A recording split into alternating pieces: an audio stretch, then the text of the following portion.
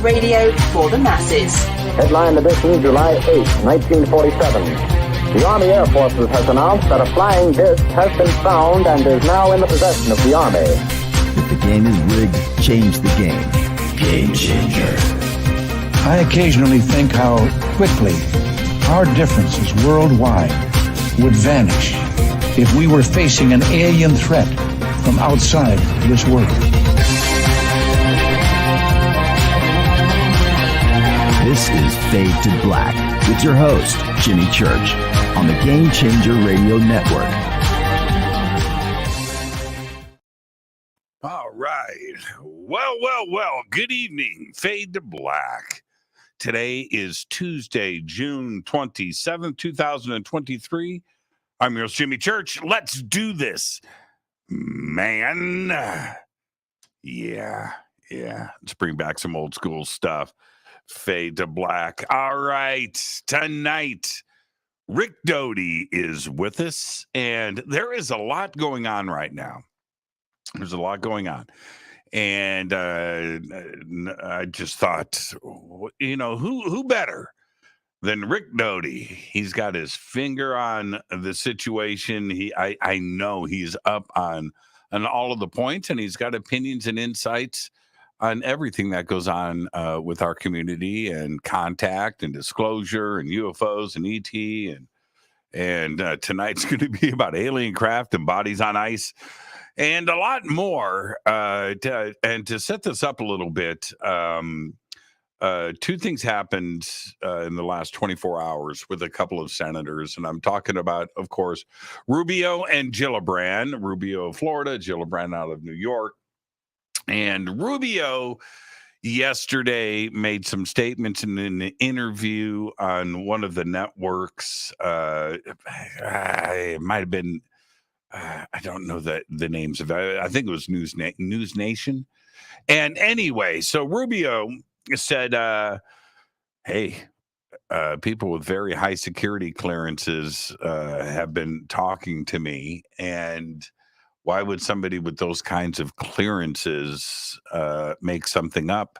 I'm not saying they're telling the truth, but it's very interesting, and we have to have hearings. And so there was that. He said much more, right? But that was that. And then Gillibrand is calling for hearings and specifically pointing out David Grusch and recovered alien craft, and has got a little amnesty program going on.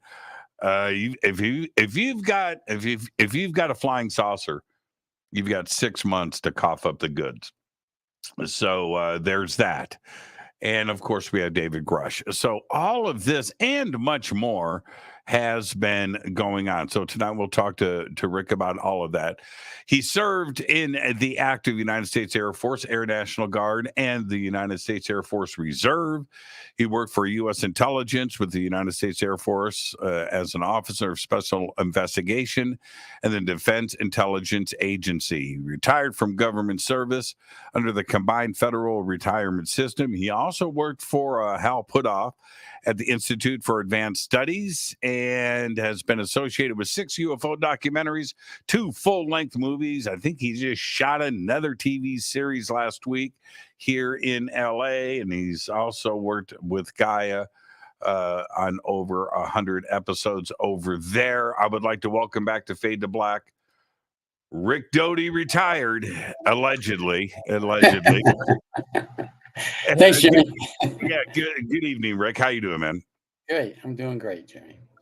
I was watching the chat. There's so much to talk about tonight, but I was watching the chat, and nobody heats up a room like Rick Doty. That's true.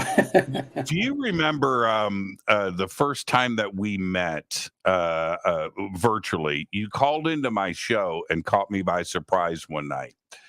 And you remember how pissed off I was? You remember that? Yes, I remember that. I was not happy. I was not happy with Rick Doty calling in. And I threw a lot of stuff at you, And that night, normally a call lasts for 2 or 3 minutes. I think you were on the air with us for like an hour, right? Something like that. Yeah. And that was many, many years ago. So I may be a little foggy on some of these facts, but those questions that I threw at you. And I remember my phone blowing up the next day. The people that, who called me, right? And the phone just didn't stop. So anyway, okay. That's what's going on in the chat right now, right? Are you ever going to be able to figure out how to deal with Paul Benowitz? And Linda Moulton Howe and some of these other things that have clouded your past. It's always going to be there. It's part of your life. But is it ever going to be settled and go away?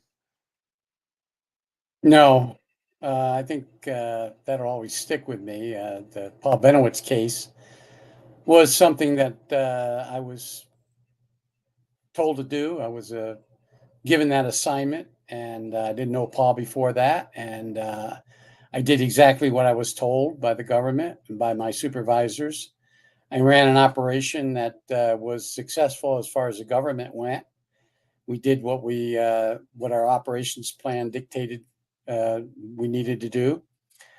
Unfortunately, it didn't quite end up right for Paul. And if I had to do it all over again, there would have been a lot of changes.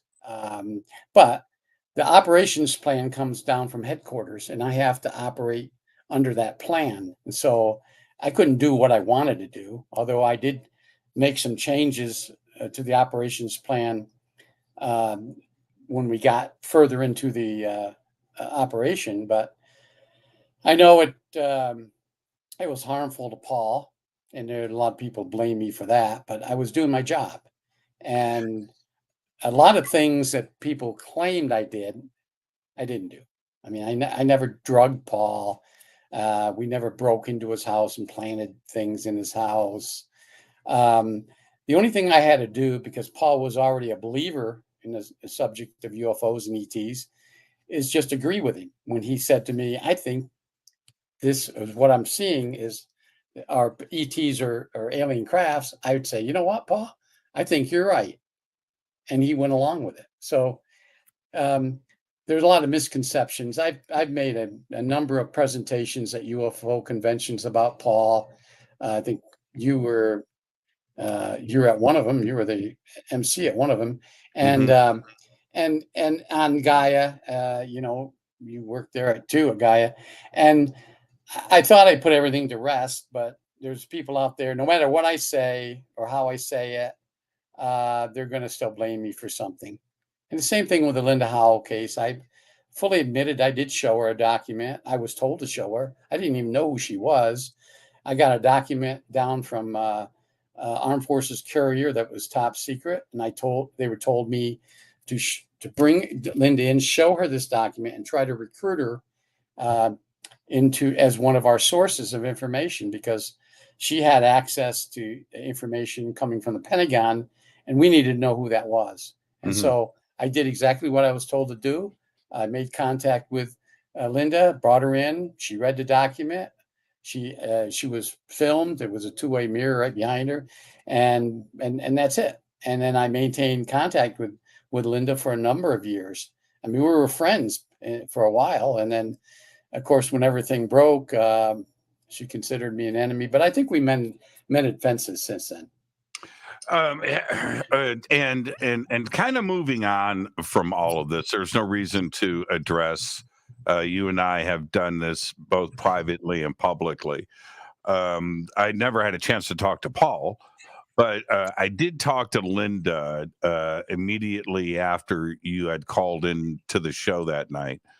And I heard her side of the story. And then later, I just want the audience, this is for transparency. I want everybody to understand. Later, Rick and I talked on the phone at length privately. And I said, I just want to hear from you exactly what went down that day with Linda. And I got to say, I heard from Linda. I heard from Rick. It's the same story. it's nearly word for word. So I just want everybody to understand that, and I've discussed it with Linda on this show too as well. And if people want to go back historically and listen to your comments about it, and then listen to hers, they can see that everything lines up pretty consistently there. But that being said, there was another comment. I'd have to scroll back and find it. I would like to pin it up here so you can read it. Jessica says she wanted me to ask you, what's a disinformation agent always a disinformation agent, or is that untrue? And is why should we believe anything that you would have to say today? Well, first, that is a great question, by the way. Yeah. I wish I could say that was mine. I get that question 1,000 times in emails over the years, and at conventions or at other speaking engagements. Well, first of all, I no longer work for U.S. intelligence. The adage that once in intelligence, always in intelligence isn't true. I have contacts within the intelligence community. I'm a member of the Retired Intelligence Officers Association. So there's a lot of retired intelligence officers who are my friends. And but I have no reason to conduct disinformation now. And another thing I always tell people, you won't find the word disinformation in any government manual. It's the word is deception operations. And what we use is disinformation for the deception operations. Well, I'm not running any operations anymore. I'm not paid by the government in any way except for my pension.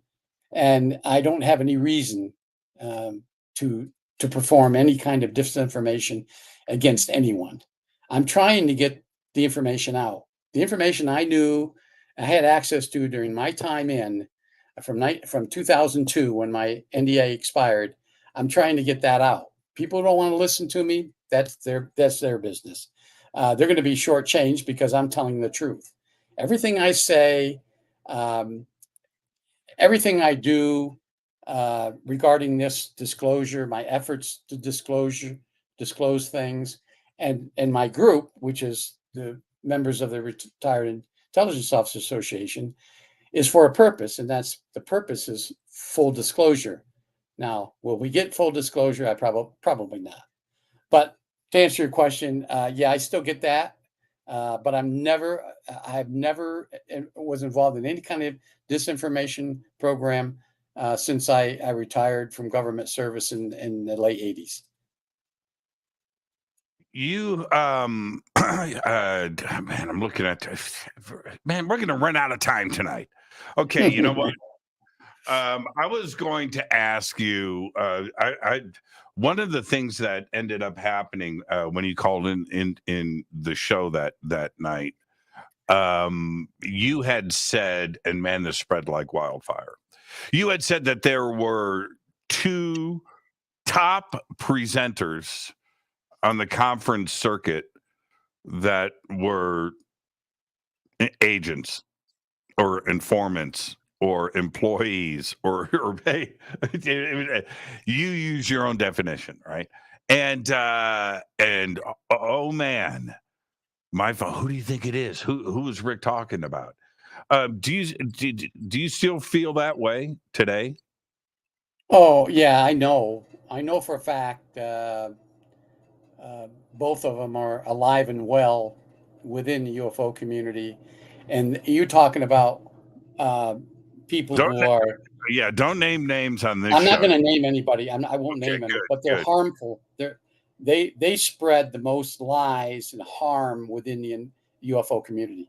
These two people There probably are more, but I know of these two people that do this. They create havoc within the UFO community, and they do it quietly, and they do it professionally because they were former intelligence officers. They ran excellent operations, and they're using those techniques today against the UFO community. Very interesting. I mean, it makes it makes everybody paranoid, but I think that I think that's a good thing. Using discernment and looking around. Okay, so let's get down to let's get a little scrappy here. David Grusch, a couple of weeks ago. It's only been 2 weeks. It seems like. Has it been three? Has it been 3 weeks? Yeah, it's been a little over 3 weeks. Okay, so 3 weeks. Comes out, does an interview with Ross Coulthart, and of course, Leslie Kane and Ralph Blumenthal write and publish their article on the debrief. And David Grusch is now out in the open saying, and now we can deduce two things. It's a lot of stuff that he has said, and we'll get into some more of that. But basically, 2 points. We've got flying saucers, and we've got little green men on ice. Okay, in a nutshell, that's what he has said, and has given this information over to the IG and to members of Congress. So, did you know David Grusch before? Had you heard his name in circles? There are some that are saying yes to this. Of course, the UAP task force, but in reference to anything else, were you surprised about him coming forward? No, I knew he was coming forward. First of all, there are independent groups, private groups. Lou Elizondo had one group, and I was in another group, and we called ourselves the Advanced Working Group. We've been trying to push disclosure for a long time, and we brought forth a number of people, whistleblowers, and presented them to Congress, primarily to the Senate. We're working on the Senate, Senator Rubio's side. There's other groups working on the House side, but we're on the Senate side. And we brought people to them to be interviewed, to be screened, to be vetted. And they were.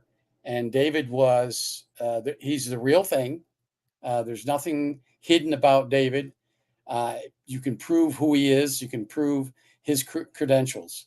Now, of course, people are saying he's reporting what others told him, but others told him this in a classified setting. So David's relating factual information. So I knew about David in January of this year. Now, what is the difference? And I think everybody has their own ideas about this, and they think that they're right, and most are. But what is the difference between firsthand and secondhand information? And before you answer, is looking at a classified official document, right? Stamped, classified, top secret, right? And you're reading that document. Is that firsthand? Right? Yes. Okay. That you would consider that firsthand information. Absolutely. Yes.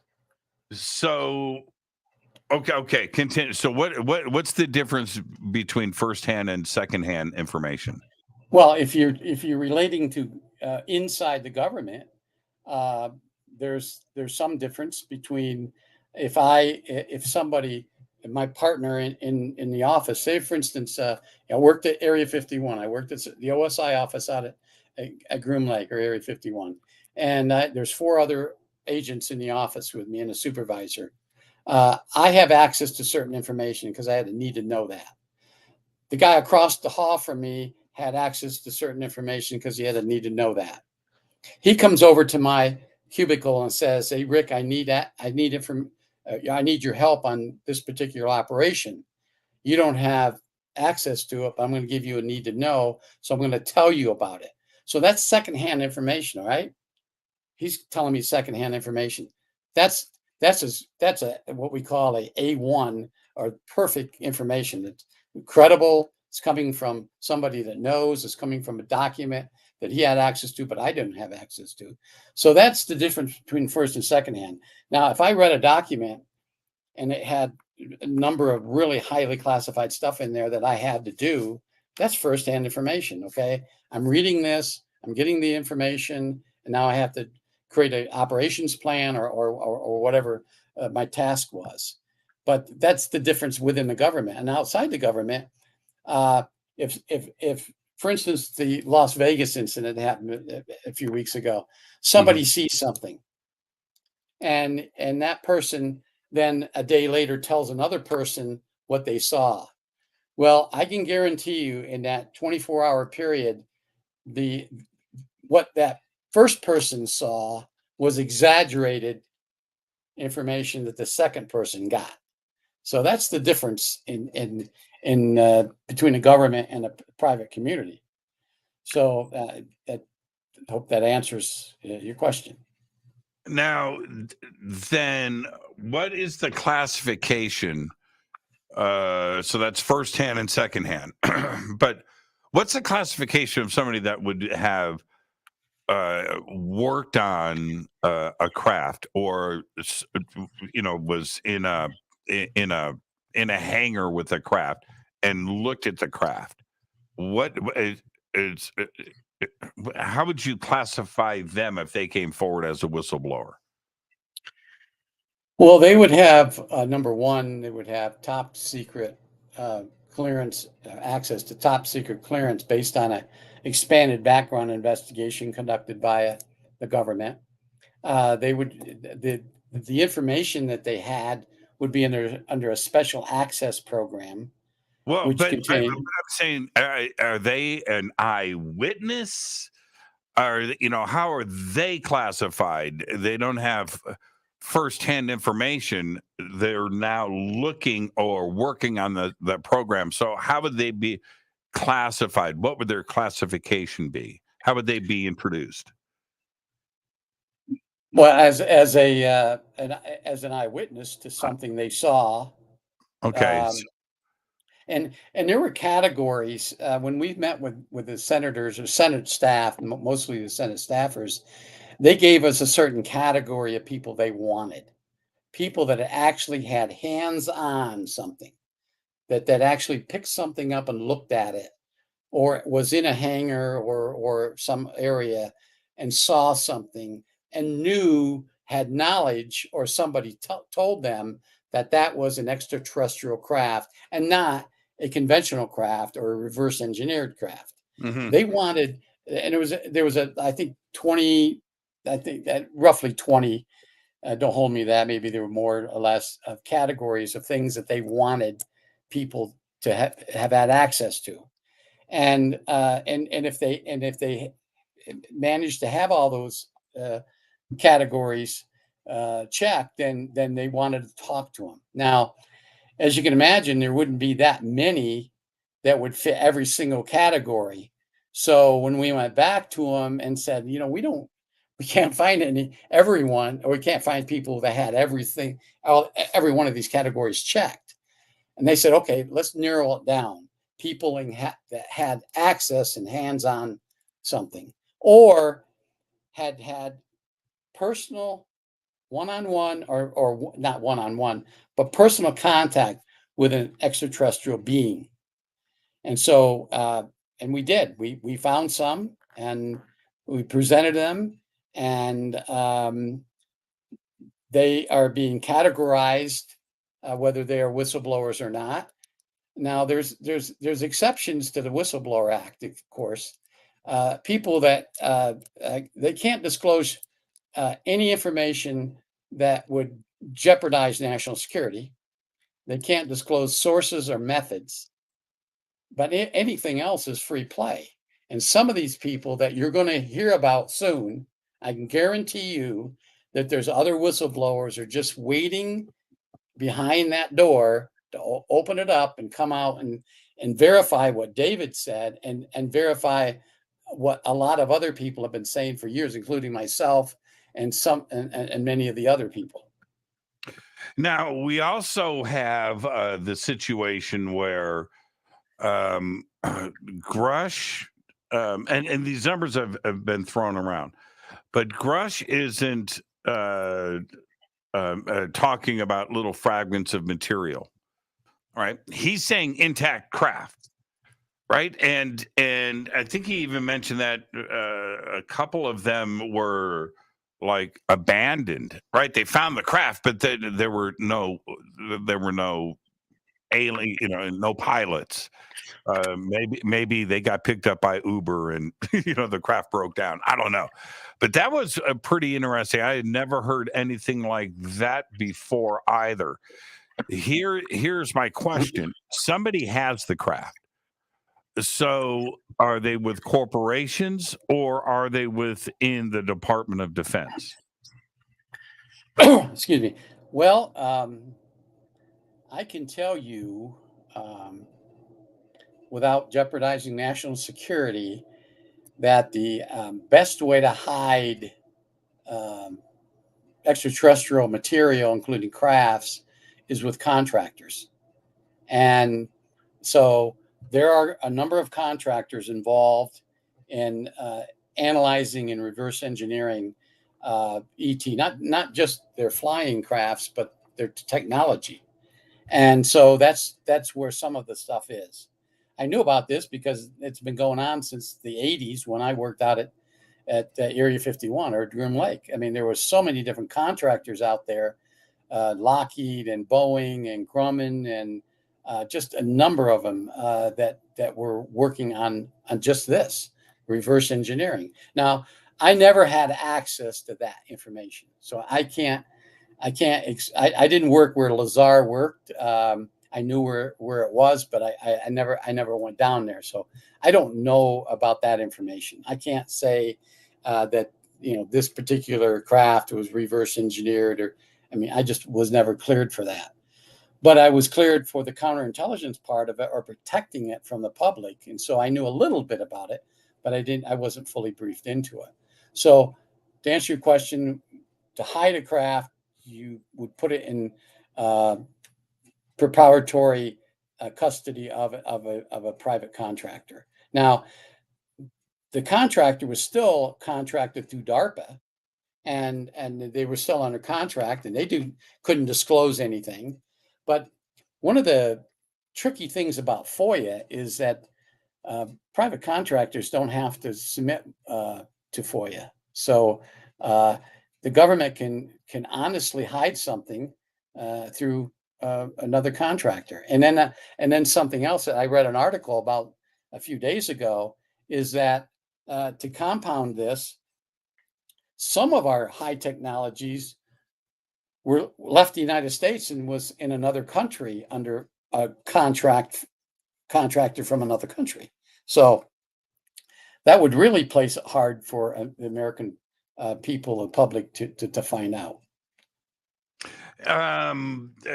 We still don't. I mean, there are. Okay, I'm sure you're referring to the letter that was the Canadian letter that was allegedly written about reverse engineering craft and the Five Eyes and New Zealand and Australia and United Kingdom, Canada, United States.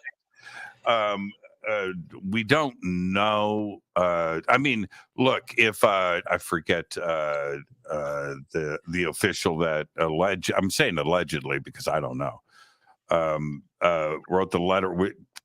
We haven't had any comments confirming that this is a genuine letter or if it's just a hoax document. We don't know that yet, but it wouldn't surprise me because this is an international issue. This isn't a United States issue. Right. And yeah, and you're right about that. If you really want to, keep it on the down under, right? Send that to Pine Gap, Exactly. Yeah, send it to Pine Gap. get it out of here. Now, what about the next component? This is just an overarching thing, and we'll go deeper later. He's talking about bodies, and he specifically said some of these craft need pilots. You would think, right? Well, we have those too. And now he didn't mention anything about living, right? So I'm assuming they were on ice or have died if they were alive. But these are just assumptions that I'm making. What do you know about that? And is this something that, I mean, Congress obviously, the Senate side, the House side, they don't know anything about this stuff. And we're catching them completely by surprise. And if they find out that we've had ET on ice and our lawmakers didn't know about this, I think it's going to cause some problems. To say the least. Well, I'll tell you what I know, and I had access to, and I've given speeches about this, and I've had episodes on Gaia about it. My briefing into the United States government's program regarding the investigation of extraterrestrials goes back to 1947. In 1979, I was given a briefing along with other intelligence officers on how we obtained certain things from ETs. They told us about the Roswell crash site, which very few people out there get it right. But the debris field, the Roswell debris field, was the antenna off the craft that was found in Corona by the archaeological team. So, and we had one live ET on board, and they named him Eba, and he lived in captivity from 1947 and 1952 when he died. Linda Howell talks a lot about this because Linda actually spoke with the ET handler before he died some years ago. So, and then there was another crash site they found in Horse Mesa, New Mexico, way out west past Socorro in 1949, which is the exact same craft, exact same beings. So those two sites, dead beings in the second site, one live being in the first one. Now the bodies of the Roswell or the Corona crash, they were kept on ice. I'm not sure where. I know Eba one allegedly went to Los Alamos, although there's now indication that he might have went to another location, which wasn't Los Alamos. And so, and we know, I knew, and Wendell Stevens, and you know who Wendell is, and I'm sure the hardcore UFO people out there know who Wendell Stevens was. He died some years ago, but he was probably the father of UFO research, and he was at almost every convention. He made so many videos. Well, he was on the first DART team, or Down Aircraft Recovery Team, and he had documents to prove that. And his lecture, he talks about 12 crash sites, and of course, Grusch talks about 12, and then some of them we found ETs, and some of them we didn't. The Kingman site, the Kingman crash site in 1951, there were live ETs in there, but they died, I guess, some a few hours after they were found. So we had them on ice. Big Springs, Texas crash site in 1951 that Wendell talks about. The craft was there, but no ETs were there. Now, did the ETs get on another craft and fly away, or did they mingle or within the human population? We don't know, but we have that craft. The Ritchie mining town, Nevada crash site in 1953. Now, this is a strange incident because the miners came up on this crash site with a flying saucer. They call it a flying saucer. They didn't know what it was. They didn't think anything about it being extraterrestrial. but there wasn't anything in it because they couldn't get inside the craft. It took almost 7 weeks for the military to get out there to look at what they had. And when the military got out there, they realized this isn't from here. So they took it someplace, and I don't know where. This is in 53, so Area 51 didn't really exist in 53. So they took it somewhere, probably a base, some base somewhere. Some people say Edwards Air Force Base, which wasn't Edwards back then, but anyways, they took it someplace. They finally got it open, and they found it to be empty. So there's no aliens in that. And there's others. The McCoy mining site in 1956. McCoy mining site in Nevada, 1956. Crash with ETs aboard. They're all dead. And apparently that craft crashed probably years before. It's a remote area of Nevada. Some miners found this craft. Military got it, looked inside. All the ETs were decayed. So those are just some of the craft. Well, there's a couple of other cases. Let me ask you about two others. Okay. And the Kingman case still fascinates me, by the way. And I've gone back to some of my reference books, reading more and more about that. What's weird about the Kingman case is that we have a certain amount of information and then it just stops. I mean, but there's nothing that follows up Kingman. We have a lot of, preliminary data and things, but it's weird how it just stops. But anyway, 1950 in Above Top Secret, Timothy Good talks about Cave Creek, Arizona, which is it's a couple of cross streets in northern Scottsdale today. Back then, it would have been open desert. 1958, 1959. Crash retrieval there. The Air Force came in, flatbed truck, the story. And then the crash site itself, immediately after that, was turned into a parking lot, which is still there today. Do you know anything about the Cave Creek crash retrieval? No, only what you just said. Wendell Stevens talked about that. He wasn't on that recovery.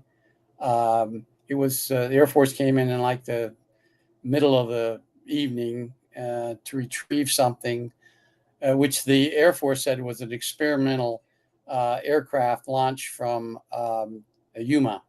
The Air Force actually, and that case is in Blue Book, and but it doesn't say anything other than it was a craft. It was a known craft from Yuma. It was launched and it crashed, and they recovered it, which nobody believed because the two of the people who are of course dead now, they spoke about the craft. I'm sure you know about their what they claimed they saw and why they covered it up so quick. So that's all I know.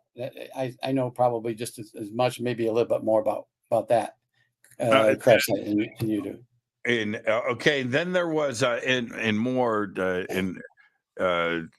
modern a modern case is Baker, California, where this dark gray it has been described as a saucer came in low and slow over Baker and crashed next to the river that's there. And then the recovery teams, and this happened I want to say in the mid 90s. The town, which there's a marine distribution center, not that far from their logistics base. Edwards and of course Skunk Works are about 50 miles in the other direction. Area 51 is about 300 miles away, but there's a lot of military that's right there. And they came into town again, right? Wash and rinse, repeat, same story. Flatbeds, helicopters came in, a big crane. got this craft on the back of a flatbed. The town was flooded with black SUVs and high security, but they got the craft out the same day under the cover of darkness by the time they got it loaded up. Do you know anything about that crash retrieval? I think that was an actual ET craft. There's one person who approached us at a UFO convention at sometime, maybe 3 or 4 years after that. I think that crash happened in 1995. And he came to us, myself and Clifford Stone. We were sitting at a table. He came up to us and he wanted to talk to us. And actually, he knew Robert Dean, and he was looking for Robert Dean. That's his. He came to ask me about Robert Dean. I said, well, Robert Dean's around here someplace. I don't know where he's at. Anyways, he recognized me, and he said, I saw you speak a few days ago. And I said, yeah. He said, can I talk to you? And Clifford, I said, well, Clifford's my good friend. He was former military. So we sat in the back of one of the tables and drinking coffee, and he told us about that. He said that was a craft that they tracked on radar for 48 hours. It was just flying all over the place. And there were jets that were launched from, I don't know which Air Force base, but one of the Air Force bases close by. I think he said Norton. But anyways, there were two jets launched, but they couldn't catch up to it. And eventually the craft came within the atmosphere close. I mean, it was originally at 80,000, 50,000. It got down to about 20 or 30,000. And I'm paraphrasing him because he went on for hours talking about it. And one of the jets managed to fire a missile at it. I guess it was over the ocean. And although the missile never hit it, somehow the craft crashed near the river, I think in the riverbed. And so the Air Force was already prepared to recover it because they knew something. Yeah, he told me. I don't know if it was the same. The person that I talked to worked at the radio station there, and I think he said that he was on the air. That's beside the point. I don't want to get sidetracked. He said that it flew over the town, that like everybody saw it, and it was not traveling fast at that point and crashed. But he said, Jimmy, it was minutes, and the town was just swarmed with military. Yeah. Minutes. Yeah. The guy that I spoke to was on the recovery team. He was a member of a special team that escorted nuclear weapons from different bases to different bases. He worked for the Department of Energy. And although that wasn't their primary mission to go after this, but that was a mission that they would do because they would transport any type of classified material. So if it was a UFO, they could transport it. Anyways, he was a member of the transport security team, I think they call it. And that's the story he told us. Now, I didn't know anything other than what he told me. I heard about it and I've read about it later, but that's what he told us. Now, a lot of this lines up with the Wilson Davis document, and that's another piece of this puzzle, right? We just keep stacking stuff up.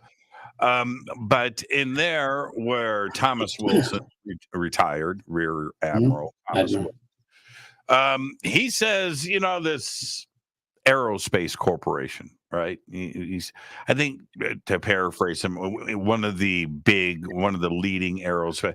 So I think most of it's just deduce, skunk works out of that immediately. That's where I go. But he says that the three representatives of the company, one of them was a security guy, another guy was an attorney, and the other guy, engineer, whatever, right? Executive, told him that they had a craft and they think it can fly. They just haven't figured it out yet. So is that what when David Grusch says that he's given documents that name names, right? Would you suspect that Lockheed Skunk Works, which is right up the street here, is housing a craft? I think I don't know that they're housing it, but there are places that they can house them out at Groom Lake, and I think that they built in in the beginning of 2000, for 11 years. There were a number of contractors, and George Knapp tells the story. I don't want to take anything away from George Knapp, but there were contractors that worked out there, and one of the workers admits that they built hundreds of thousands of square footage under Groom Lake. So if that's the case, and I understand now there's a highway going from Area 51 down to Papoose or S2, that's a place they could hide it. I think the technology, the paperwork, the plans and programming of any kind of reverse engineering is being done at Skunk Work at their classified facilities, which is heavily guarded and very, very secure. And then that technology is taken out to Area 51 and then practically used to try to reverse engineer one of these crafts. Now, wouldn't Area 51, though, fall under, well, it was originally the CIA, but it's still government, it's still Department of Defense. So that falls, I mean, we're talking about Department of Defense as opposed to in the possession of a private corporation, which would be, I would think, harder to chase down. So does that make sense to you, or is there a way around it because they've kept Area 51 secret for so many years? Oh yeah, there's a way around it. Area 51 is actually called Detachment 3 Air Flight Test Center, which is out of Edwards. And it's under the command of the Air Force Operational Testing Evaluation Center, which is out of Kirtland Air Force Base. Anyways, that's the base that's more secure. That's the base that contractors can work out of. And when I was out there, when I worked out there in 83, in 84, there were literally probably 20 different contractors out there working. Lockheed and Grumman and Boeing and most of the aerospace contractors, Los Alamos, Lawrence Livermore, Sandia Laboratories, all had offices out there. And although the contractors would be working on these, they would be under the control of DARPA or the Air Force Technical Research Laboratory, or the people under the Air Force Scientific Research people. So they would be overseen, but the contractors would be the one trying to figure out what the craft was and how it would be reverse engineered. But again, I never actually worked on that part of it, so there could be more to it than what I'm saying. But that's basically what I knew about it. The announcement we had two different statements yesterday from two different senators, both with extreme interest in this subject. I could go back and actually read some of it. Let me pull it up here. But the statements themselves, when they talk about the hearings, that they want these to be public. And I found that was pretty interesting, and that they would like for the press to be there with cameras. If we have a hearing like this, crash retrievals, alien bodies on ice, do you think that this would actually be, for the first time, a public hearing with testimony? I don't think that will ever happen. I think everything pertaining to what we have and what we've done would be in camera in a special session. In the last hearing we had just a few days ago, there was a I think a 3.5 hour in-camera session where the information that couldn't be presented to the public was presented to these representatives. But as I understand from one staff member, all it pertains to sources and methods and how we, the United States government, would track or have tracked these things, and how we have what sources we used and what agencies. Because there's some agencies within NRO, the National Reconnaissance Office, that are still classified. The NRO isn't, but there's branches within the NRO that is classified, and their missions are classified. So we don't really know what they do, although we can surmise that it has something to do with deep space probes and looking at objects coming in from deep space. That's what we think, and what some of the experts in my group who've worked for NRO thinks, that NSA, National Security Agency, and NRO, they're those classified branches, and that's their mission. Now, if we had an in-camp, classified briefing 2 days ago, why keep the alien part of this classified?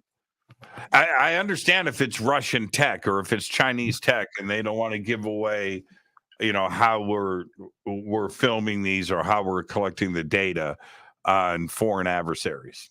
I get it, but if we're talking about ET now and flying saucers, why have that classified? Well, that's a good question. We know, and we've known for a long time, that the Soviet Union or Russia had their own Roswell. They had their own recoveries, and they've had ETs.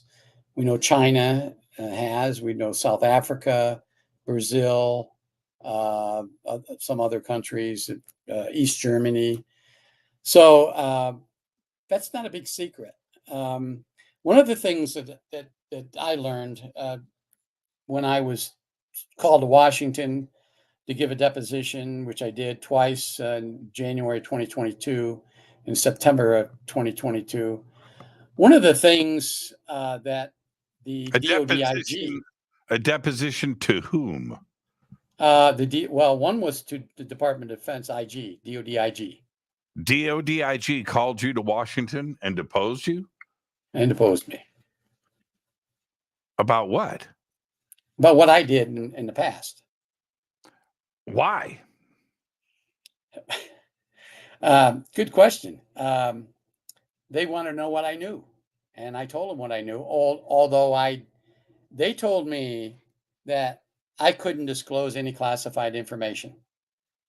I said, well, there's no sense of me being here if I can't disclose it.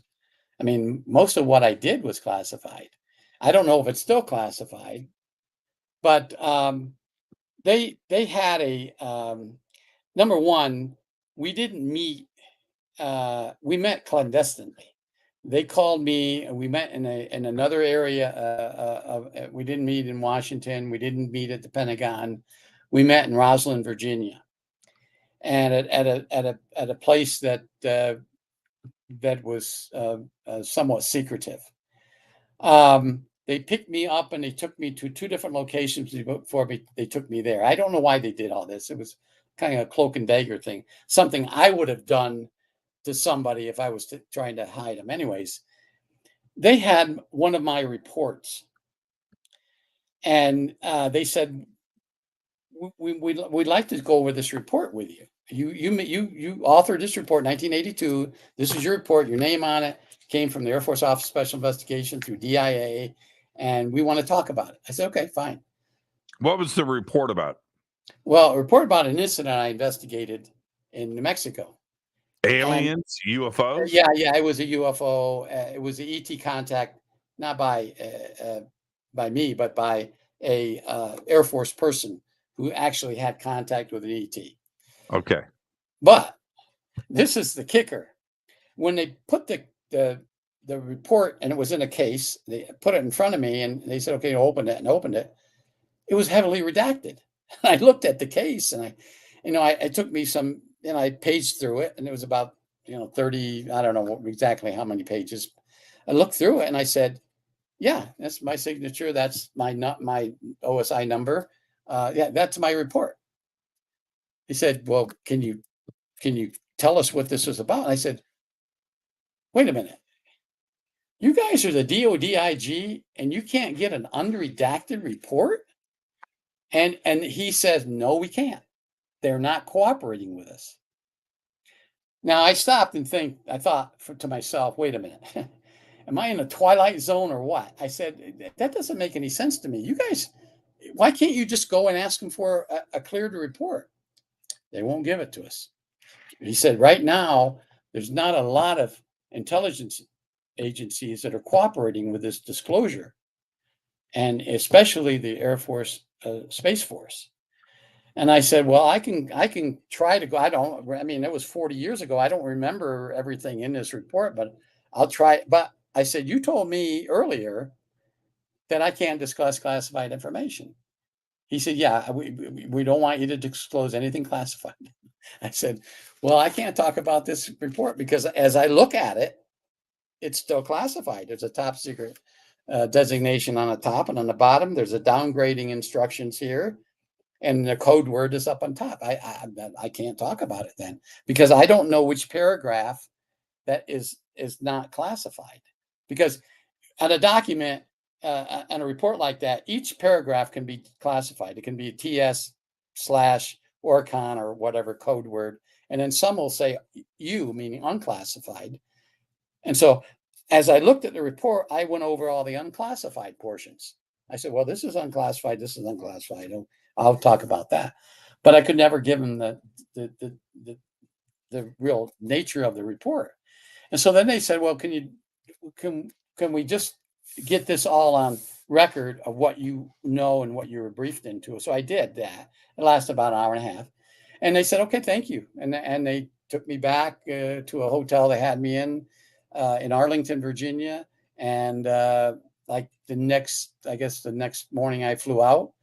When I got back to New Mexico, I had to go on assignment. I went up to Boulder. I was up there for 4 days, but they called me once up there, and one of the DOD people called me and asked me some questions, and I answered them. And they said, well, can you come back in September? I said, well, it depends on what my schedule is, but if not scheduled, I'll come back. So I went back in September. This time, entirely different people. They had DOD ID cards, but there were different people. They had not one of them were the same people that interviewed me in January. Well, they asked me a lot of different questions about the Paul Benowitz case and the classification of the Paul Benowitz case and the Orion case, which is another case similar to Paul Benowitz. There was another person that got into. He was a Air Force person, but he got involved in something that he shouldn't have, and we did an investigation on him. And in another case we did out at Area 51, I wasn't the case agent out there. The case agent out there had since died. He died some years ago. But I was a secondary agent, and we did it out there, and it involved an Air Force pilot, an F-117 test pilot. And we were testing the F-117s back in the early 80s. And this guy had got caught in a brothel at Beatty, Nevada, with a prostitute. And he told her some things that he shouldn't have told her. And she told her husband, and it was nice because we probably owned every one of the prostitutes around the base. We set up a counterintelligence network, and we paid these ladies to report back to us if any Air Force people spoke too much about what they did. Anyways, that was that investigation. And I said, yeah, I can speak about all that because as far as I know, all that's unclassified, except for there's portions of the Paul Benowitz reports that's still classified. That's all he want. All they wanted was 3 of them.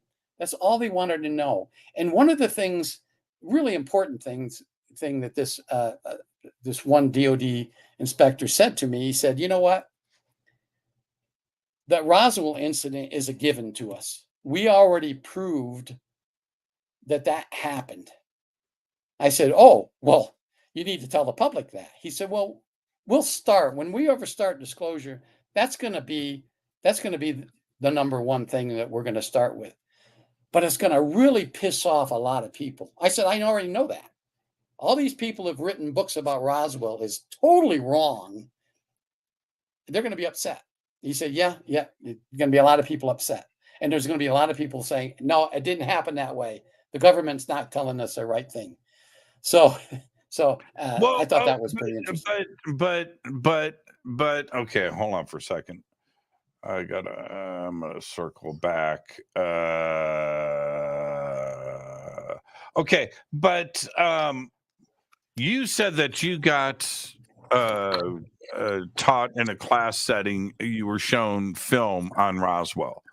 Yes. Okay, so for the last time, forget about those 3 yahoos in Washington flying you out there. I'm not talking about them. I'm talking about you. Okay. Roswell, alien craft not of this earth crashed or was shot down.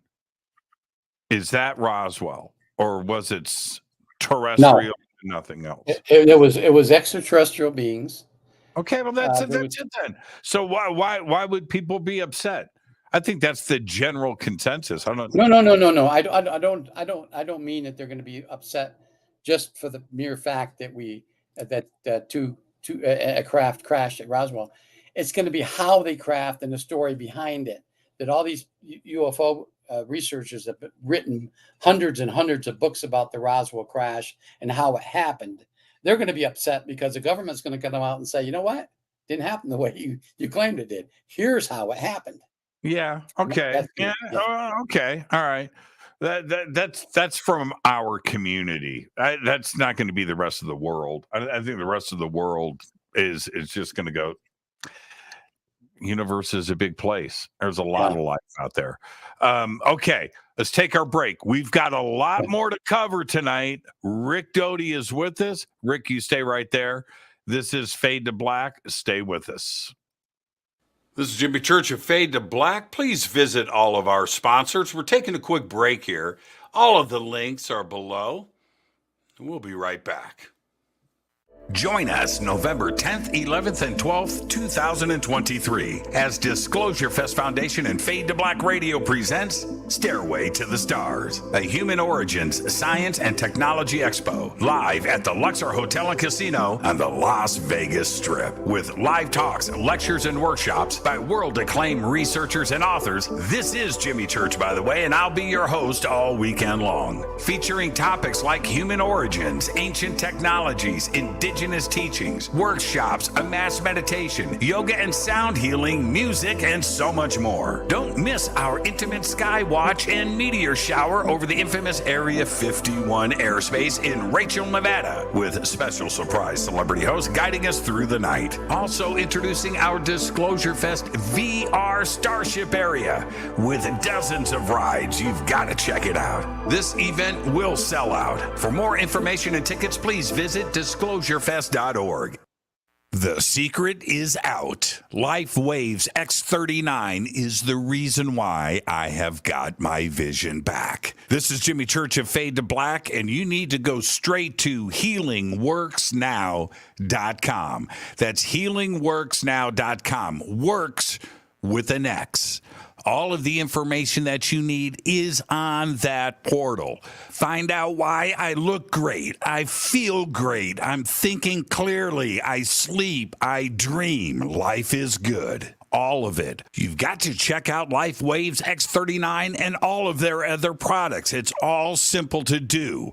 Go to healingworksnow.com. That's healingworksnow.com. Works with an X. Hey everybody, it's Billy Carson, also known as Forbidden Knowledge. I want to talk to you about a very special event coming up July 30th, 2023, the Forbidden Conscious Awards. We're going to honor people who have been contributing to the conscious community for decades. People that you know and love that have helped you get to higher levels of thought and consciousness and awareness. It's going to be a live in-person event, but seats are going to sell out very fast. You want to make sure you're there in person, and guess what? You can help vote for the winners. Voting is available on forbiddenknowledge.com, and the categories are going to be social media influencer, podcast/radio host, TV host, actor, director, producer, entrepreneurs, health and wellness, philanthropists, authors, field researchers, archaeologists, space anomaly hunters, and of course, a Lifetime Achievement Award. I'll be your keynote speaker that night at the Forbidden Conscious Awards. We have celebrity guests performing. We'll have a halftime show where we're actually going to perform music for you. And don't forget about the pre-event mixer, where if you buy a box seat, you'll be in the VIP section, and you also have private access to a VIP mixer with celebrity guests. Shake hands, break bread, network, and then walk the red carpet with us and take amazing photos. It's gonna be a night to remember. You don't wanna forget this. Make sure you hurry up and get your tickets because they're selling out very fast. I wanna see you there. Forbidden Conscious Awards 2023. River Moon Coffee, makers of the Fade to Black blend. Truly the best coffee on planet Earth. Just visit rivermoonwellness.com or their Amazon store. It's all simple to do. You can check out the Fade to Black blend, the Game Changer blend, or any of their Black Moon Wellness products. It's the only coffee I drink. It is the best, and it's Doc. Again, rivermoonwellness.com. All right, welcome back. Fade to Black. I'm your host, Jimmy Church. Tonight, Rick Doty is with us. And Rick, right before the break, we were talking about Roswell. What exactly happened at Roswell? Okay, this is what I was briefed on. I was briefed by a Air Force colonel. There were others in the room. There were 20 or so in the room, and a senior enlisted person from the Air Force. We were given a folder with what happened in Roswell, and we were then shown a film which showed the recovery at Roswell. But what happened? There were two extraterrestrial crafts flying around New Mexico in late June, early July of 1947. These two crafts were, I guess, just investigating or exploring our planet, and I don't know how they got to New Mexico. But anyways, during that time period, there was a very vicious electrical storm, lightning, vicious lightning in New Mexico. And if anybody's ever lived here in New Mexico, where I live, you can understand that we have some really bad lightning. I mean, horrible lightning storms. And the government, at least this is what we were told, the government figures that these two crafts flying were struck or encountered lightning and upset their navigation system. One crashed, and the other one flew some distance west and eventually crashed in Horse Mesa. But they didn't find that for a couple years later. One of both of these crafts had an extension on the back of it, which we believed was their antenna or some other avionics. That broke off, landed in the debris field where Mark Brazel found it. The craft itself crashed near Corona, near a ranch near Corona. And during that time period, there was an archaeological team from Albuquerque, New Mexico, from the university out there. And they're the ones that actually found that craft and found that live ET.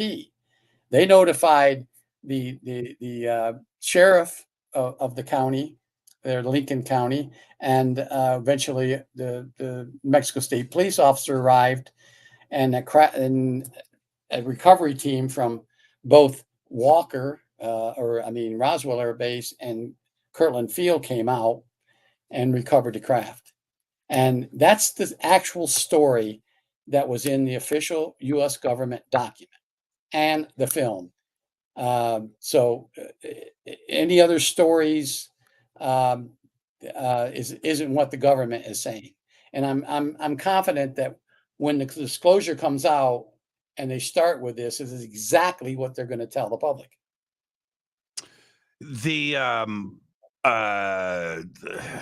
Okay. The part about this where I was told the other night on the air by one of the guests that we actually shot down those craft, that it wasn't a lightning storm. There's that. And then the second part to this is you're saying that there is, I've always assumed this, but you're saying that the government has film of Roswell in their possession. I mean, you have seen it yourself. What was in this film? Was it the Corona crash site? What was in the film? What did you see? The film starts with an Army,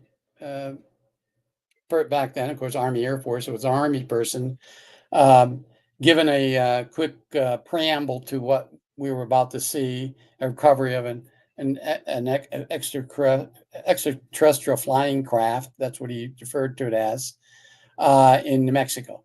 And they didn't mention Roswell or Corona, but sometime during that they did. But it showed a tent, a large tent.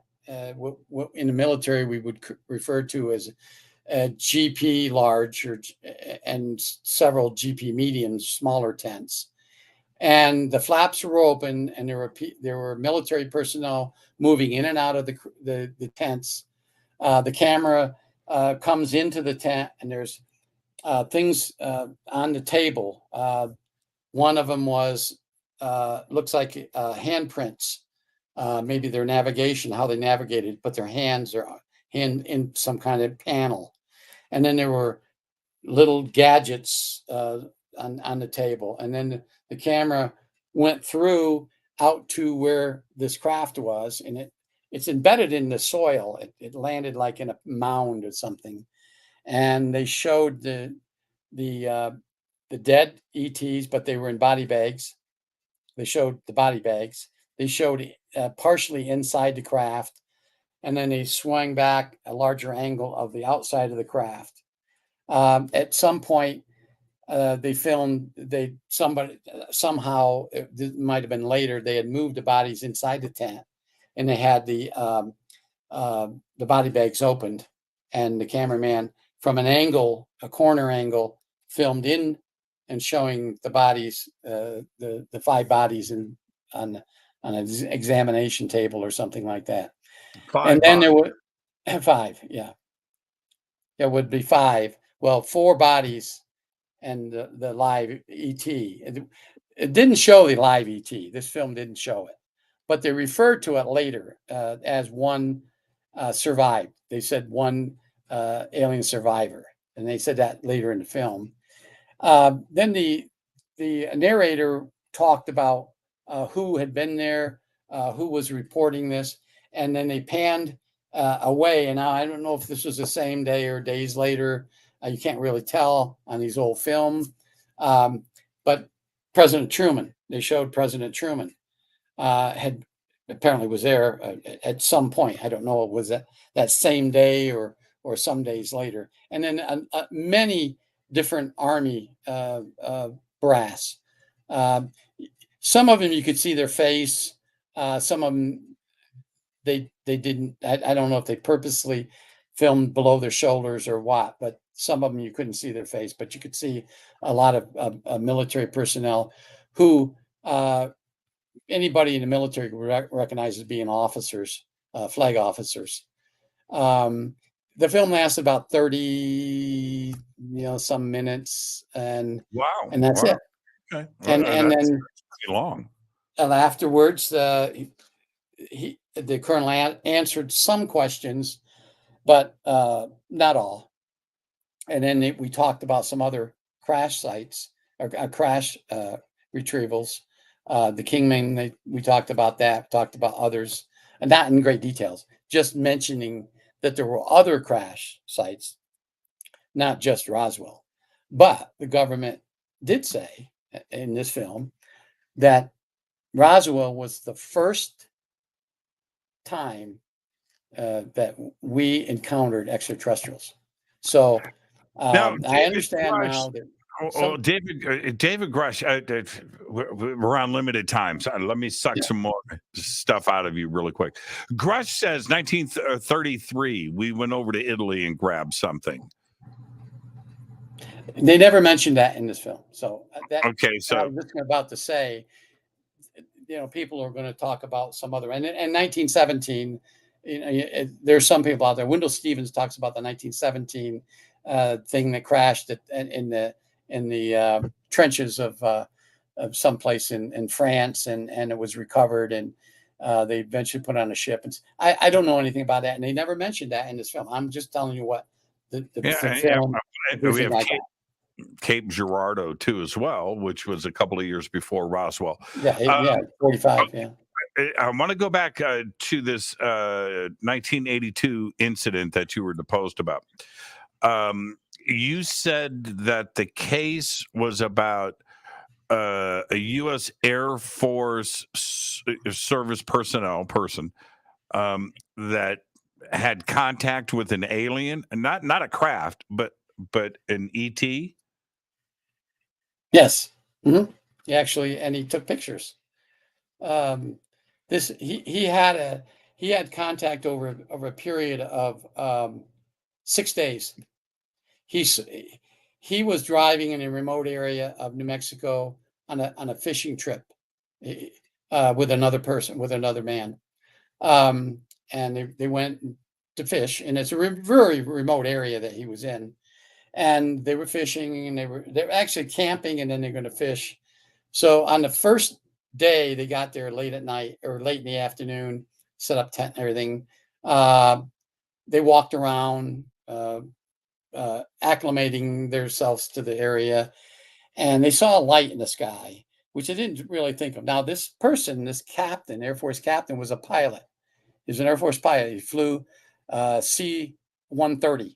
Which actually AC-130s, which were gunships. The gunship. Wow. Yeah, okay. The gunship. Anyways, and he was stationed at Kirtland. And the other person was a civilian. Nothing to do with the military. Never been in the military. He was a neighbor of the captain. Anyways, and that other person was a native of New Mexico. The captain wasn't. And so this other person showed him where to go best fishing and so forth. Anyways. Well, they didn't think anything of that light at night. And the next morning, they get up and they go fishing, and they're fly fishing on a creek. So they're walking. One of them is ahead of the other. They get down to a fork. The captain walks across. Water wasn't that deep, and he sees a little cove. And if anyone's a fisherman out there, the coves are the best place to try to get something to bite on. So anyways, he was fishing there, and all of a sudden he sees something on the bank, and he looks and looks, and then he just sees a shadow because it's behind some pine trees. And then the thing comes out, and he's looking at an ET. It startles him. He thinks at first it's somebody dressed in a suit. And so he runs back across the creek. Now his friend is probably 100 yards up the creek, farther up. But this is an Air Force captain who has made this contact, who is the subject of this report. Okay, continue. Yeah. So he runs up the creek, the captain. So the captain runs across the creek, really scared, and he keeps looking over at this thing, and he doesn't know what it is. It's just a creature. It's ugly looking, but it's staring at him, and he thinks. And he starts thinking in his mind, it's friendly.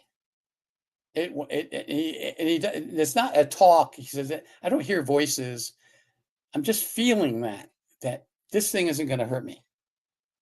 So he puts his fishing pole down, and he watches this thing, and it moves up the creek actually moves up to the deeper part of this little creek. And the captain realizes he can't walk across that place if that's where this thing wants us to meet.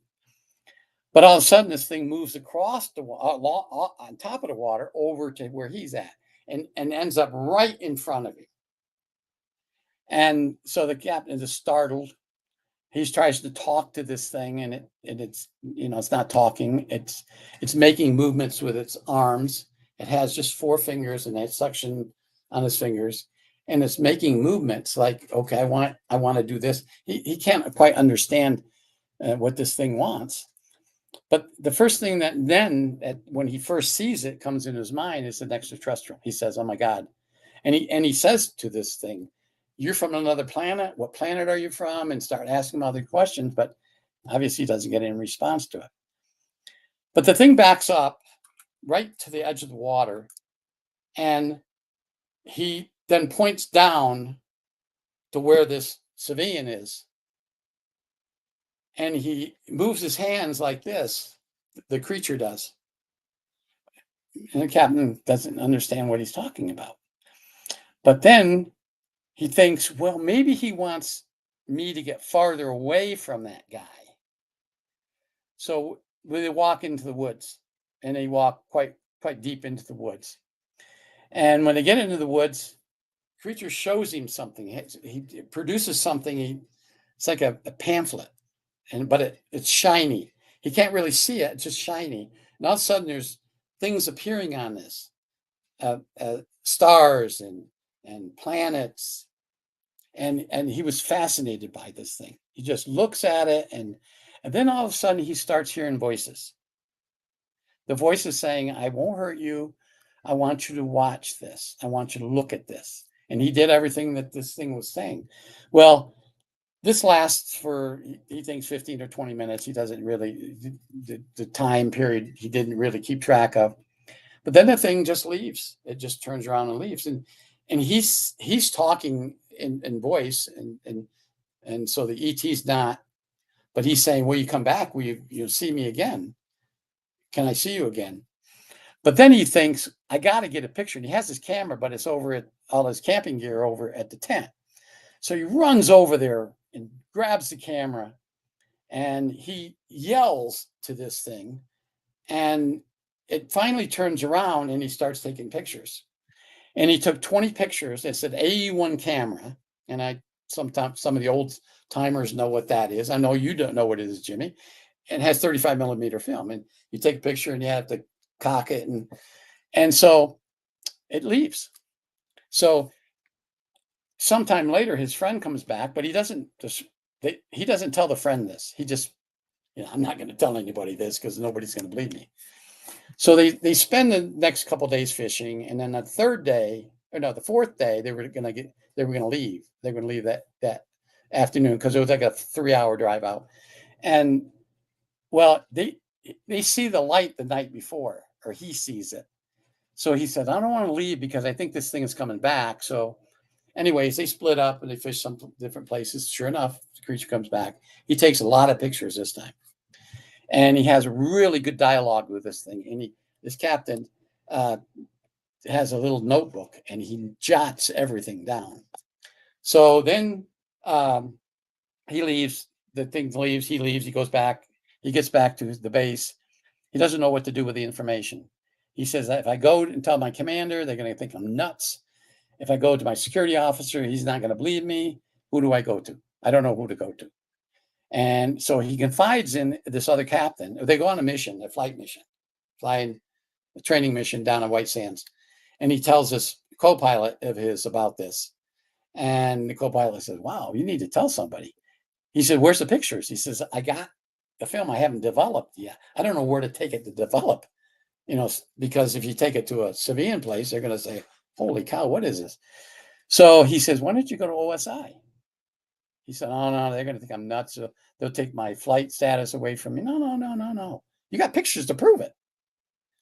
So he thinks about it. He goes home. And all of a sudden, he goes, and he's married, his wife, and he goes in the bathroom, and he sees, when he walks into the bathroom, he doesn't turn the light on. How you step in and before you turn the light on, and he sees the creature standing in the bathtub, and he turns the light on, and well, it's not there. But he turns it off, and he hears it, and it says it's coming back, but it's coming back to this other location. But he doesn't know the location. He doesn't understand what this creature's saying to him. So anyways, the long story short, because we don't have a lot of time, he goes to another place, meets with him for another couple of days. So a total of 6, I think it was 6 days. On the 7th day, he comes to the OSI office. He says, I need to talk to somebody in counterintelligence. And our security officer that screens everybody coming in says, well, that would be Special Agent Doty. He's one of them. What is it about? He said, well, I need to show him some film. I need to talk to him about something. It's okay. So he calls me, the security officer, say, there's a captain up here who wants to talk to you. And I said, well, what's it about? And he tells me, he's not going to tell me. Anyways, he gets back there. He doesn't tell me the whole story, but he says, is there any way you can develop this film? I said, what's on the film? He says, I'm not sure, but it has to do with extraterrestrials. Of course, that perked my interest right away. And I said, well, what do you mean? Well, did you take this? He said, yeah. I said, is it classified? He said, I don't know. It might be. So I said, yeah, we have a photo lab. We can do it. That's the craziest story I ever heard, Rick. Yeah. Okay, keep going. Did you get? Anyways, we get.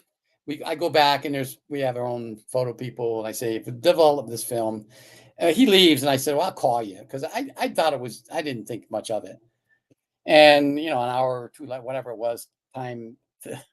Our airman, he's not an OSI agent. He's just a person that works for us, an administrative person that works in a photo lab. No, I mean he's not an administrative person. He's a photo person. He comes up and he has an envelope, and it's marked top secret, because he didn't know. He sees his picture. What he says, I'm classified. This is the highest I can think of. I said, what the hell's in there? He said, I don't think you should review it in your office, sir. I think we need to go in a secure room to do it. So I went in a secure room. I opened it up, and here's all these pictures. Well, my first impression was it's all staged.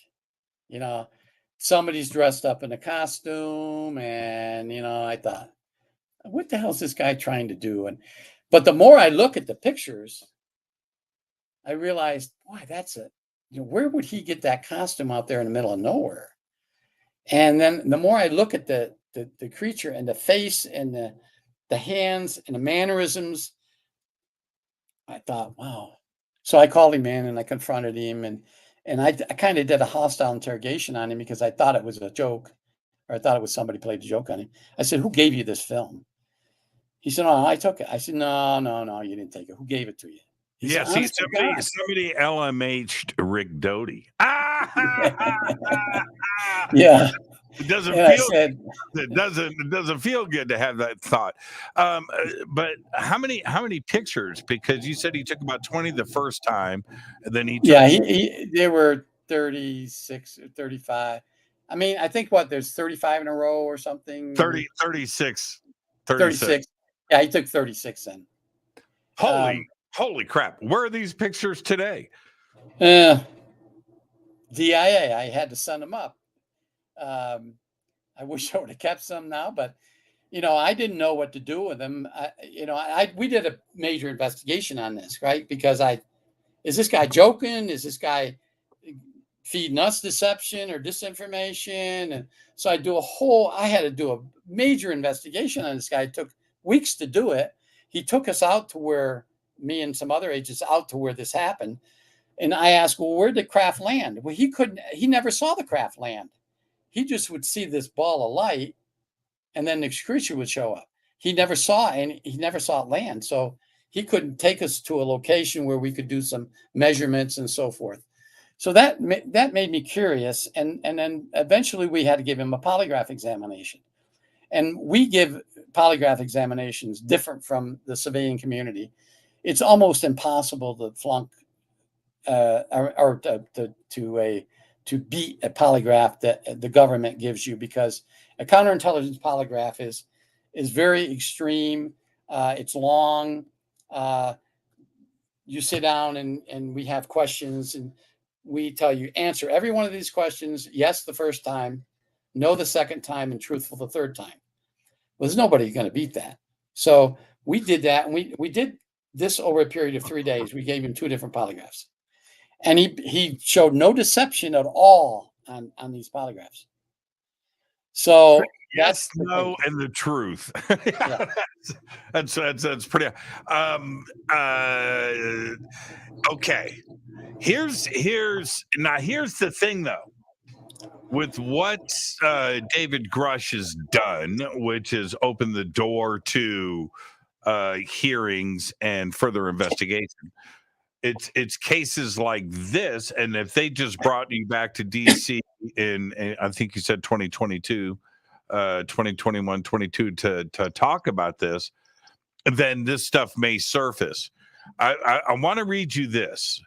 This is what here's the quote from Marco Rubio yesterday, or part of it. He says, quote, "There were public figures who we've heard from in the past, while others had not spoken publicly on UFOs. Others, meanwhile, still work in the government. I will say I find most of these people at some point, or maybe even currently, have held very high clearances and high positions within our government. So you have to ask yourself, what incentive would so many people with that kind of qualification have to come forward and make something up?" End quote. Now, I think that's one of the best points that Marco Rubio can make. And in the case of David Grusch, I've been saying this from the first time I read Leslie Kean and Ralph Blumenthal's article. Well, sure. I mean, that's a good question. Why would you? Well, you're not. You're not going to. Number one, the government's going to investigate you. Unless you're under that Whistleblower Protection Act, you can get in trouble. They want the truth out. We want disclosure out, and you're going to see. And mark my word, I'm saying this on the Jimmy Church's show. You're going to see others come out.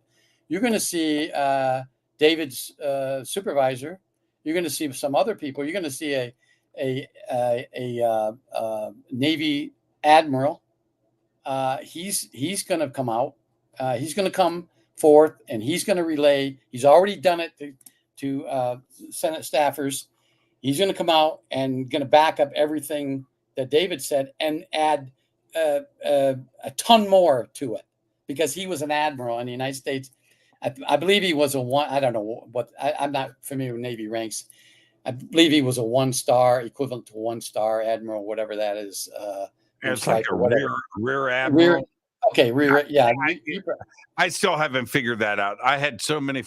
I had friends growing up whose fathers, one friend specifically, his dad was rear admiral of the Southern Fleet, right, in the Pacific.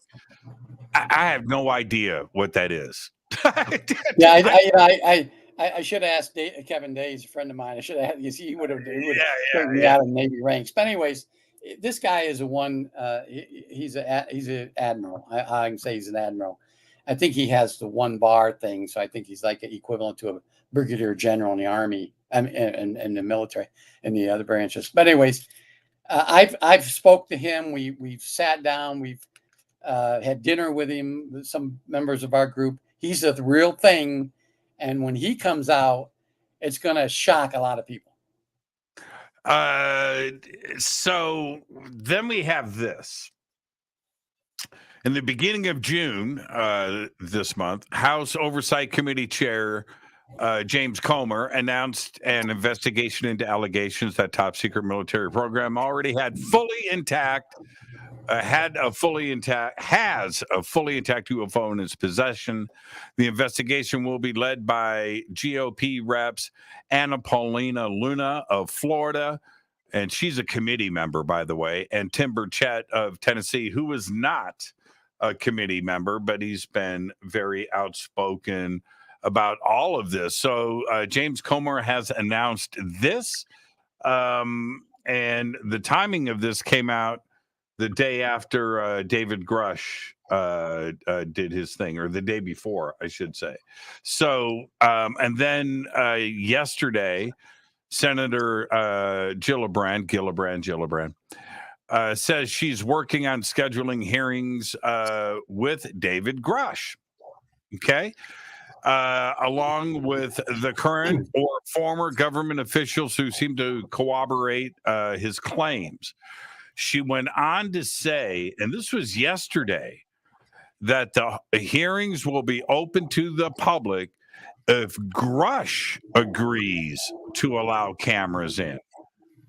Now, that this is a Grusch decision. Grusch is already on camera. So I would assume from Gillibrand's statement that we may have this. This may be like Watergate. This might be like Iran Contra. This might be like Godfather Part 2. Yeah, you got that right, Jimmy. It could very well be. I don't know why it would be up to David. I don't know that. I don't know how they're thinking, but I understand what the Congress is upset. There's a lot of members of Congress and a lot of, and I don't speak to members of Congress. I mean, I have spoken to them, but we deal with staffers, and there's a lot of staffers that tell us that their boss is really upset over why this has been held against the public for so long. How could they hide this? And there was a leak, I guess, of a film showing Lou and Dr. Puthoff and some others going into some room and looking at something. I don't know if you saw that. I've seen it. Yeah, document some pieces and claiming it they were ET things. So we have to understand there's three distinct branches of our government. The legislative branch can make the laws, they can try to pass things, but they have to have the president sign it. And I guarantee you right now, the way the bill is written, that if any entity of the United States government has an extraterrestrial item, they have to report it. That's never going to be passed by Congress, and that's never going. And the president will never sign it because that's the executive branch, and there's too many entities within the executive branch, which is all the intelligence communities and the military and research and development. They're going to say absolutely not. That's the dumbest thing you could ever do, is say, okay, here we got it. So the Soviets and the Russians and the North Koreans and the Chinese, and no, that's never going to happen. I mean, that's just we laugh at that way within the intelligence community or within our groups. That's not going to, just because somebody's upset within the legislative branch that they don't know about it, doesn't mean that the executive branch is going to go ahead and sign off on a bill that forces Area 51 or Air Force Research and Development or whoever to release everything they have regarding a UFO. That's not going to happen. You had a couple of years ago, you revealed on the show, you shocked the world and said that you had a printout of the list of personnel at Area 51. Yep. And Shelley is paying me $10, Rick, paying me $10 to ask you this question. I should do this all night long. $10 a question. $10 a question. Asked Doty about the file from Area 51. He said that Art Bell was on that list. I think there's a lot of reasons Art Bell could have been on that list, but where is this list? You promised me full disclosure on this. You said you described the printer, the size of the paper, dot matrix, the whole thing. And you swore on your guitar collection. That's what over here. Oh, you can't see mine. you my four Fenders.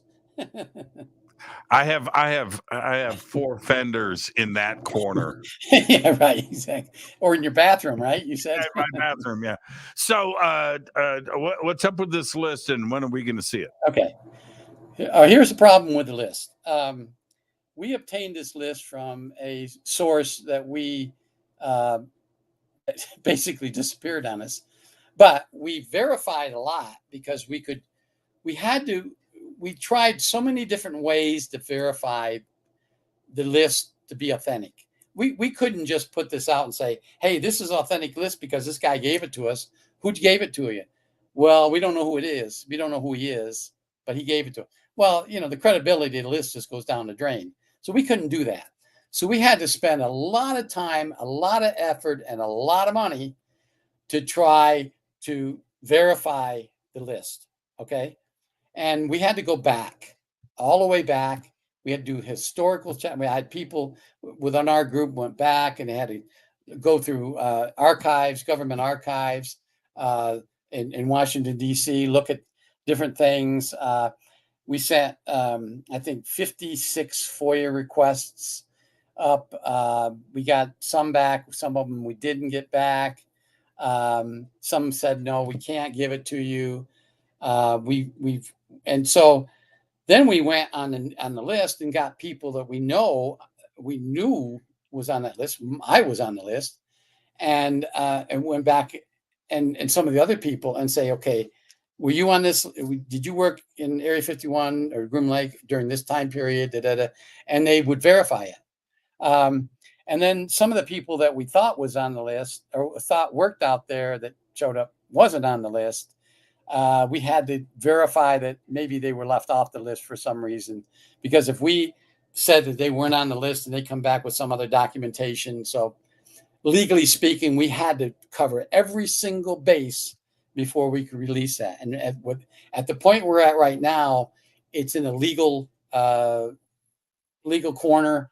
An attorney and actually a former government attorney spent 30 years in the intelligence community. He's a government attorney. He's an attorney, and he's looking at make sure we can do what we want to do with it. Now, as far as Art Bell, leak the file to me. You can okay. I'll give you an address, and then I know that's fine. You better have digitized it right now, and I'll leak it. I'll go public. Let the UFO community figure it out. They're the smartest. I'm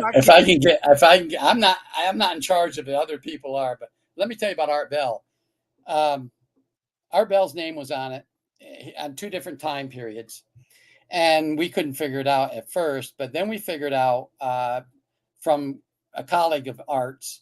Art said, and he told us that what actually happened. That they were trying to create a radio station out at Groom Lake for the base radio station. A lot of bases have their own radio stations, low wattage, 5,000. And so that's why Art's name's on there. He was hired. It showed he was with non-clearance. He didn't have a security clearance, but he was escorted at all times out there. And that's what his job was, to make plans, create a radio station, get some kind of procedure going to get an FCC license and so forth to get a radio station. So that's what Art Bell's job was. Kind of like, so Bob Lazar's name was on the list too, right? Yeah, he was on the list. Janitorial, was it janitorial? No. Was it janitorial? He didn't have a security clearance when he first got there, but he got a security clearance later. No. Yeah, he did. From April to, I don't remember, I don't have it here, but there was a period that he had to be escorted at all times. And then after that, he had a security clearance. It wasn't a high security clearance, but he had one. And one of the biggest mistakes this guy makes is that he's claiming he works at S4. Well, S4 is underground. S2 is the complex. S4 is under S2. He says S4, which doesn't. The people that work out there, and the people that have worked with me that's been out there, are saying anybody that ever works out there and worked out there doesn't say that they work at S4, they work at S2. And Lazar says, "Oh, I work at S4." No, you work at S2. S4 is under S2. But what reason he has, I don't know. But yeah, his name's on there. David Adair's name's on there. No, Adair's name. David is on there. Now wow. you're just making stuff up, Rick. No, I'm not making it up, Jimmy. I'll show you when I can get this clarity gift you. I'll show you that, his name is on there. I'll drive to In the New early Mexico. days. Remember, this is 1979 to 1990. This is a 10-year period. That's why it's so thick. Where's the list? The list is in a safe place in McLean, Virginia. Okay. The guy, one of our guys. I'll pay for the plane tickets. You and I, let's fly to Virginia. Let's do it this weekend. This weekend. 4th of July weekend, Jimmy. I want to see. Oh, that's right. I've got a 4th of July party on Saturday. Oh, you got out of it. You got lucky. You got lucky. I was flying to Virginia. I just want to put my eyes on it.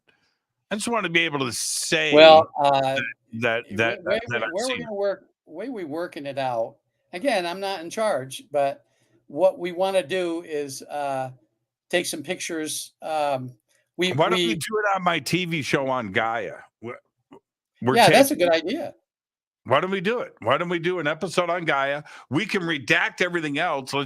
We can show Bob's name. We could show Art Bell's name and David Adair's name. And I already had an idea with Sid, my producer, to do just that. But if we want to do it on your show rather than cosmic disclosure. Sid's my producer. He's our producer. Do we have to have this discussion once again? I've known Sid longer than you've known Sid. No, you haven't. I've known Sid longer than. No, you have not. Why don't we do a show on it? Why don't we do the big reveal? That's that. I've already. Would you do?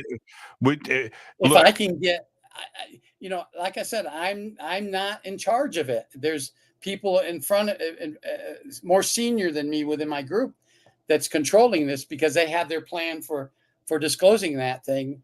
But they whoever it is, they know who I am, and my word is gold. And if we redact, the point is those 3 names. I could care less about Bob Smith from Wichita, who was an engineer at Groom Lake. That's not of the concern. But those 3 names are a big deal. So what and we'll redact everything else and we'll do a show of it. And I promise. Sounds great. Sounds absolutely fantastic. I promise complete. I'm not into doxing anybody. We're not going to do that. But if we could show that, we'll do it. All right. Okay. I've got a juice card at Gaia. I'm willing to play. All right. I've only got one though. So once I play the card, but I'll you're well liked at Gaia. I can guarantee you're well liked up there. Better be. Guy is great. Okay. Well, yeah. All right. Back to we're gonna do this. Okay. I'll make the phone calls. Okay. There's another part to Gillibrand where she announced full funding for the Aero office. And in the Senate Armed Service Committee's markup of, FY24, the National Defense Authorization Act. And she's also pushing a measure in this year's must-pass national defense. In response to Grusch's claim, the federal government is hiding special access programs from Congress. her proposal would bar funding for any government program that isn't directly funded by Congress. This is a really big deal. Do you think that'll pass? No, I won't. No, I won't pass. There's too many toes that would be stepped on if that happened, and they're not going to get approval from deep within the intelligence community, and especially the contractors community, because believe it or not, the contractors have a lot of pull. And well, isn't this what Eisenhower warned us about? Yeah, exactly. I mean, this exact scenario. I mean, not even like a little bit close. This is exactly what he said.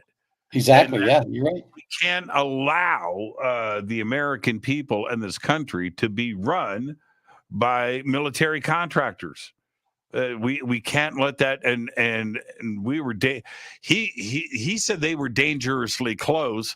This was right after. This was his exit speech, right? His last speech. Yeah, 1959, I think. Yeah, as he left the White House, and Kennedy came in. So the Kennedy won the election.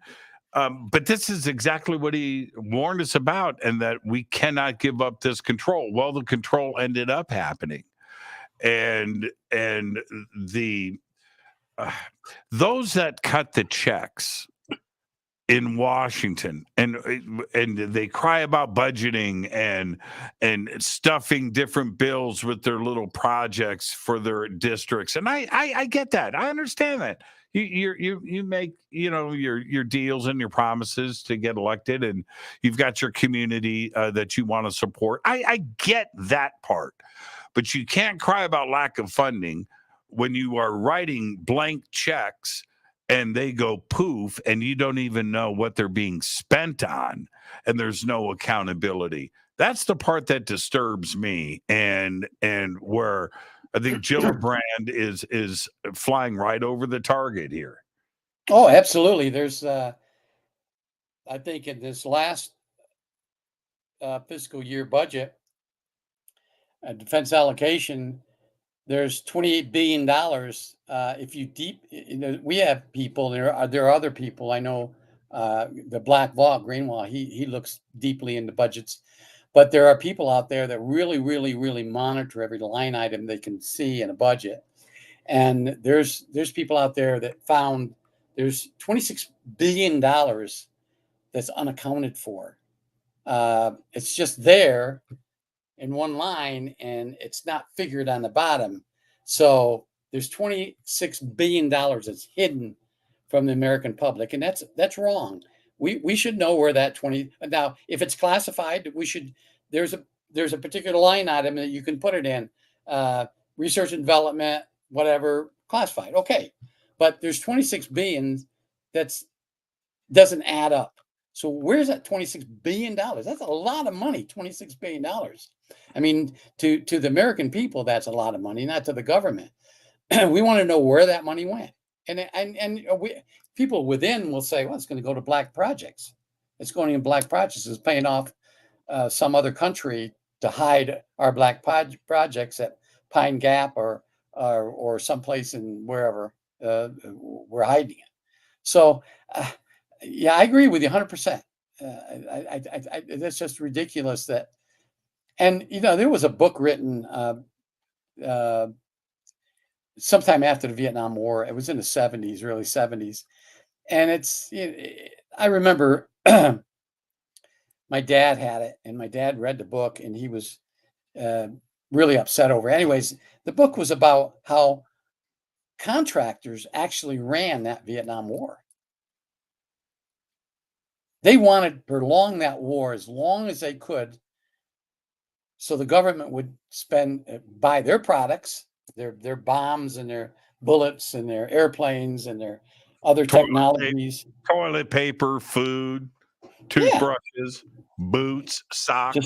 Just like Halliburton did with the war in Iraq. I mean, Dick Cheney should have been. Well, I won't get into politics, but anyways, You know what I'm talking about. But and the waste of money, that's just incredible.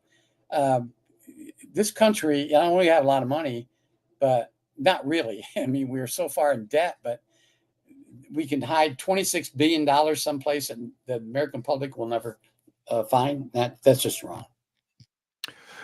Dick, thank you so much. I'll be in touch over the next couple of days, and you and the family and everybody else have a great 4th of July. Fantastic conversation tonight. We are in a very tangible, real moment here. Things are moving at a faster clip than it's out of control. All right, it's out of control. But I think you say probably not. I say no, not so fast. I think disclosure is right around the corner. I really do. I think it's happening. I do. I feel that way. I feel it in my gut. So I think we'll get some disclosure, but we'll never get full disclosure. That's my belief. And we'll agree to disagree. Good night and good luck, Rick Doty. And I'll give you a call tomorrow. Thank you so much, Rick. Okay, Jimmy. Thank you for having me. Yeah, great show. Great conversation. Thank you so much, Rick Doty, right there. And lots to unpack in tonight's show. I'll leave that to all of you, and we'll hit some follow-ups on all of this. But lots to unpack tonight. Lots to unpack. And what am I doing tomorrow night? Does anybody know? Tomorrow night is last night's Seth Shostak. Oh, tomorrow night? Oh, I think we have Chris Garatano. Is that tomorrow night? And I can't remember. Hold on for a second. Let me see if I might be able to do this in real time. Let's see. No, I can't. I can't pull it up. I don't have my stuff in front. Oh, yeah, I do. I've got it right here. Tomorrow night. Yeah, tomorrow night is Chris Garatano. Tomorrow night, he is back with us right here on Fade to Black. I knew that. Doty's got me all messed up. And that was a great conversation tonight. Thank you so much. I'm your host, Jimmy Church. Listen, everybody, get your T-shirts. Get your Game Changer memberships. Help support the show. Did you enjoy the conversation tonight? Help support the show. The links are below. All right? T-shirts are back. The Game Changer memberships are back. All right. Fade to Black is produced by Hilton J. Palm, Renee Newman, and Michelle Free.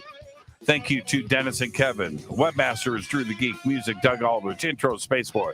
SpaceboyMusic.com. Fade to Black is produced by KJCR for the Game Changer Network. This broadcast is owned and copyrighted 2023 by Fade to Black and the Game Changer Network, Inc. It cannot be rebroadcast, downloaded, copied, or reused anywhere in the known universe without written permission from Fade to Black and the Game Changer Network. I'm your host, Jimmy Church.